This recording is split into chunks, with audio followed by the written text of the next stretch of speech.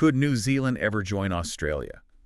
It sounds like, well, a geopolitical thought experiment, doesn't it? It really does. But this isn't just hypothetical talk.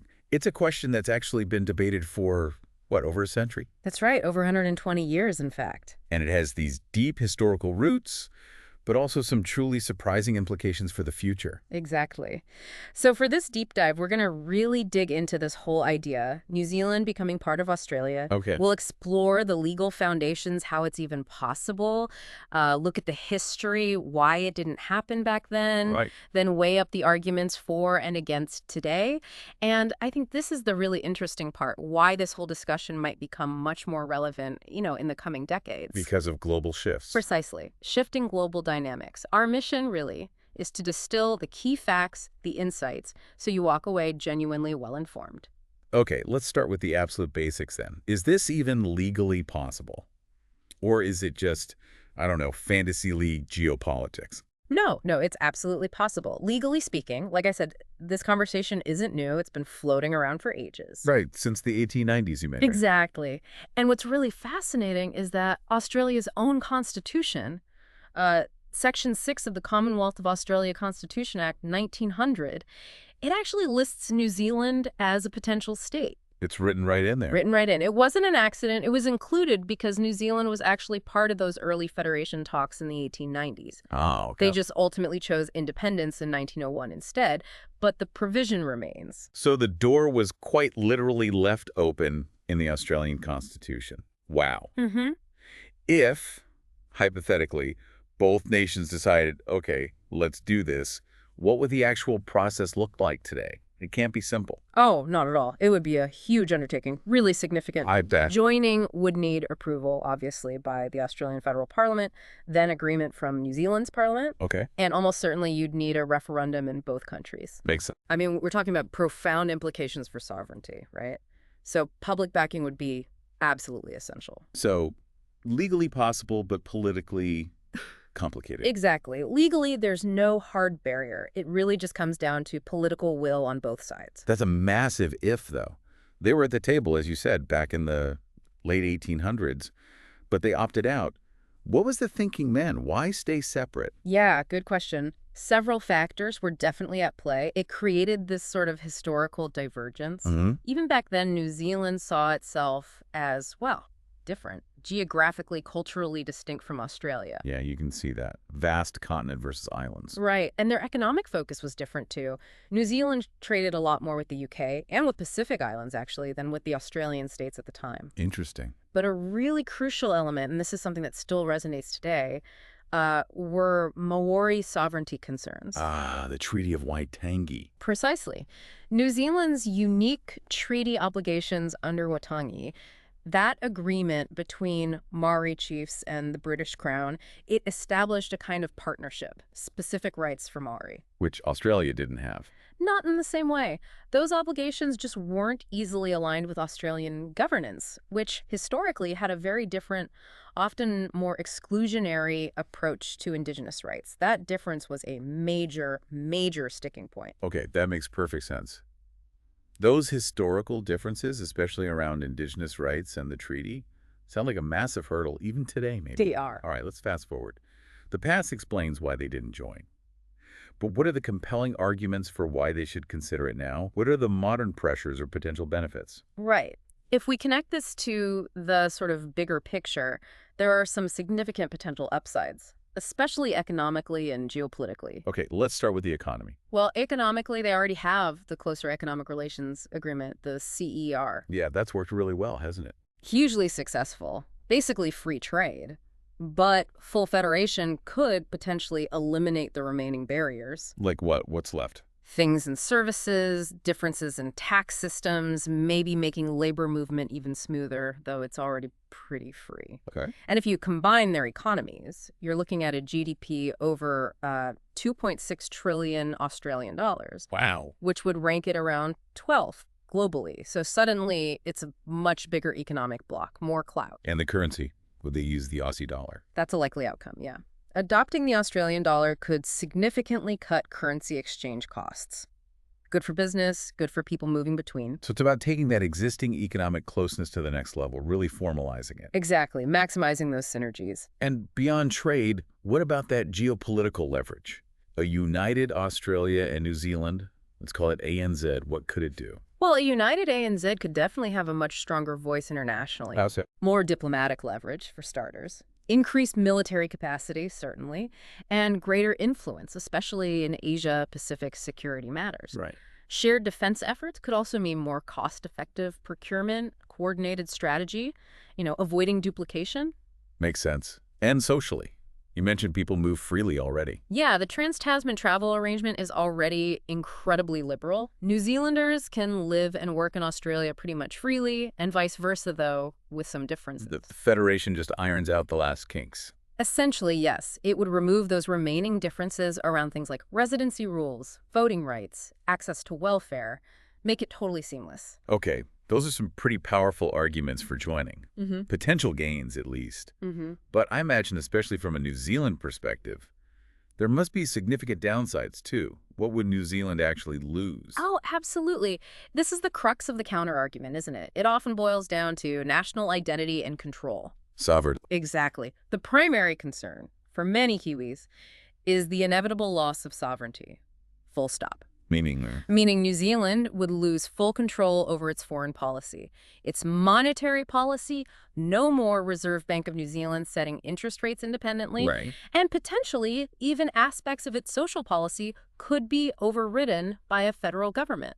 And the risk of being overshadowed, given the population difference. That's a huge risk. Australia's got, what, 27 million people? New Zealand around 5 million? Big difference. So New Zealand's representation in a federal parliament would be relatively small. There's a real fear of becoming just a junior partner, rather than an equal, always being outvoted. Yeah, I can see that being a major concern. And what about those unique cultural and legal things we talked about? The Treaty of Waitangi specifically, Yeah. Does that still weigh heavily? Absolutely central, still. The unique obligations of the treaty, they might fundamentally clash with Australia's constitutional framework, its approach to Indigenous affairs. That's just a different foundation? It really is. New Zealand's legal and political fabric is so deeply interwoven with that treaty. It grants specific rights, a unique status to Maori that just isn't mirrored in Australian law. So integrating them would be hard. Incredibly complex, maybe impossible without massive constitutional changes on both sides. And then there's New Zealand's distinct political culture. How so? Well, historically, it's often had stronger social welfare policies, maybe a more consistently progressive stance on things like climate action. That could easily get diluted if absorbed into Australia's larger, arguably more conservative political landscape at times. And practical economic stuff, too, day-to-day things. Yeah, even simple differences. Housing markets are very different. Wages, cost of living, merging those could create real internal tensions. Plus, New Zealand would lose that ability to adjust its own currency. To buffer shocks. Exactly. That's a tool it uses now, especially being so reliant on exports. Losing that flexibility is a risk. Okay, so weighing all of that up, the history, the pros, the cons, which are pretty significant, what's the general feeling among analysts? Could it happen? Should it happen? Well, the could it part, legally speaking, is a definite yes. That door in the Constitution is still there. But the should it? That's far more complex. Yep. It really depends entirely on whether both nations see a net benefit that's strong enough to make them compromise on these fundamental issues. Sovereignty, policy differences, identity. Which seems unlikely right now. In reality, yeah. The current setup with the CDR agreement and free movement, it already provides a lot of the economic and social benefits. Without the immense political upheaval, the identity crisis that merging governments would cause. So most analysts think New Zealand will likely stay independent. But keep cooperating closely. Exactly. Deepen the cooperation with Australia. Yeah. Essentially keep that two countries, one market model rather than going for full political federation. Okay, that makes a lot of sense for the present, for things as they stand. But you mentioned the future. Could global changes, maybe over the next 10, 20, 30 years, shift that calculation? This is where it gets really interesting, I think. Yeah. Global trends, especially shifting geopolitics, rising economic pressures, they might make a closer union seem much more compelling, maybe even necessary. Okay, how so? Let's break that down. Economically first. Economically, look at the Asia-Pacific. It's rapidly becoming the world's economic center, right? China, India, Asian nations, their economies are surging. Right. A combined Australia and New Zealand economy would have significantly more negotiating power in trade deals with these giants and with the U.S. too. You're presenting a unified market of over 32 million people. Which attracts investment. A lot more foreign investment, Yeah. potentially. And then there's resilience. Against shocks, like pandemics, supply chain issues. Exactly. Those recent global disruptions really highlighted how vulnerable smaller, more isolated economies can be. A unified ANZ could pool resources, invest together in strategic manufacturing, think defense tech, critical minerals processing, green energy components. Shared infrastructure, too. Yeah, build shared infrastructure, like interlinked energy grids, more submarine internet cables, maybe collaborate on climate-resilient agriculture. Makes both more robust. And you mentioned resources. Australia's minerals, New Zealand's renewables. That's a key synergy. Australia has vast critical minerals, lithium, rare earths, vital for green tech. New Zealand is strong in renewables, hydro, geothermal. Together. Together, they could potentially form a pretty self-sufficient energy bloc, even become a global leader in green manufacturing, powering it with their own clean energy. That's a very powerful economic case for the future, potentially.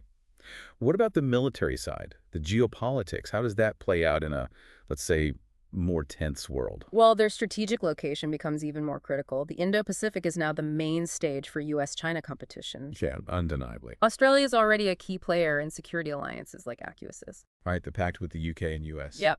Now imagine bringing New Zealand fully into that fold, or at least a united ANZ structure. It could provide expanded maritime surveillance across the huge Southern Ocean and the South Pacific. A wider reach. A much wider territorial buffer against potential military threats. And then there's defense modernization efficiency. Saving money. Saving money, reducing duplication. Combined armed forces can mean joint commands for air, navy, cyber defense. Allows for specialization, too. How so? Maybe New Zealand focuses more on, say, security and support in the Pacific Islands, while Australia concentrates on the northern approaches. Play to their strengths. Okay. And could this combined strength help counter China's growing influence in the Pacific region? That's a big concern. Precisely. China's economic and military ties with Pacific Island nations are growing, posing challenges. A united ANZ would have significantly more diplomatic clout. To do what? To help maintain regional stability, strengthen development aid, bolster security pacts with those island nations, basically offer a stronger alternative and counter Beijing's influence more effectively. And there's even an Antarctic angle. Yeah, it might seem niche, but both are Antarctic Treaty signatories with significant interest down there. Right. As polar regions melt, potentially opening up resources or shipping routes, a united ANZ would have a stronger voice, a stronger capacity to protect those Antarctic interests. So pulling all that future gazing together, what does it mean for their global standing, say, by 2035? In short, economically, the future argument is about scale, resilience, and complementing each other's resources. Militarily, it's about reach, deterrence, and influence, especially in the Pacific. And if global tensions rise? If things really heat up, say, in the South China Sea or over Taiwan, then an ANZ union could transform these two from just significant regional players into a genuine mid-tier global power. More clout, more influence. That's a pretty dramatic potential shift. Can we put some numbers on that? You mentioned projections for 2035. What kind of combined powerhouse are we talking about? Yeah, we can estimate, based on current data from, say, the IMF for economics and SciPRI for defense spending, and using pretty modest growth assumptions. Okay. By 2035, a unified Australia-New Zealand could project, roughly, a combined GDP of around 2.58 trillion US dollars. And how does that compare? That's roughly equal to Canada's projected GDP then. It firmly places it in that sort of G7 equivalent economic tier, a major economy. Wow. And defense spending. A combined defense budget could be around 70.9 billion US dollars. Which is? Significantly more than Canada's projected spend, around 39.4 billion. It would actually rival South Korea's projected defense budget. That gives it a really substantial Pacific security presence. So a real step up in both economic weight and military capability on the world stage. Absolutely. It's a potential game changer. As a single market negotiating trade deals, it's suddenly on par with middle powers like the UK or France. Right. And with more military reach, those strategic ports, that Pacific and Antarctic access, this bloc could become a core Indo-Pacific power, genuinely helping to shape regional rules, both economic and security. Let's drill down a bit more on New Zealand specifically. You've talked about the big picture, But what about its own economic future? What are its current vulnerabilities, and how could a merger directly help address those? That's a really important angle. New Zealand's economy currently is quite heavily reliant on agriculture and dairy. Yeah, we know the stereotypes, but the numbers back it up. They do. Dairy exports alone are about 20% of total exports. Agriculture plus food manufacturing is like 15% of GDP and over 60% of merchandise exports. So very concentrated. Very. And there's limited large-scale manufacturing, not much heavy industry, no major domestic defense, aerospace, or car manufacturing, for example. And innovation. That's another weakness. R&D spending is around 1.4% of GDP. The OECD average is almost double that, about 2.8%.